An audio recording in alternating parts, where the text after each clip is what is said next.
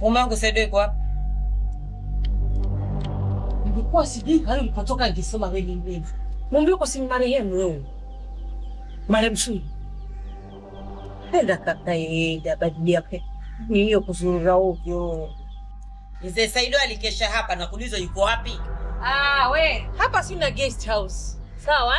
Hapa kila anayekuno uenda kwake. Saido ampa pesa na funga jana, na kama ulimuibia hii mango utaifanya nini?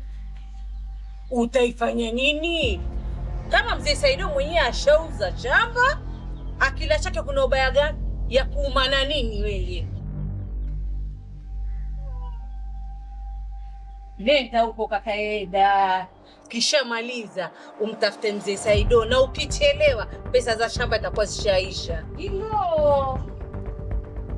Na haya, neta. Anani ana mahusiano ya nje ya ndoa na mwanamume. Wanaonana hoteli fulani mjini.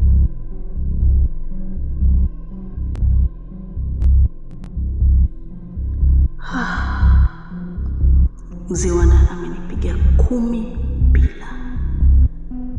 An affair with a man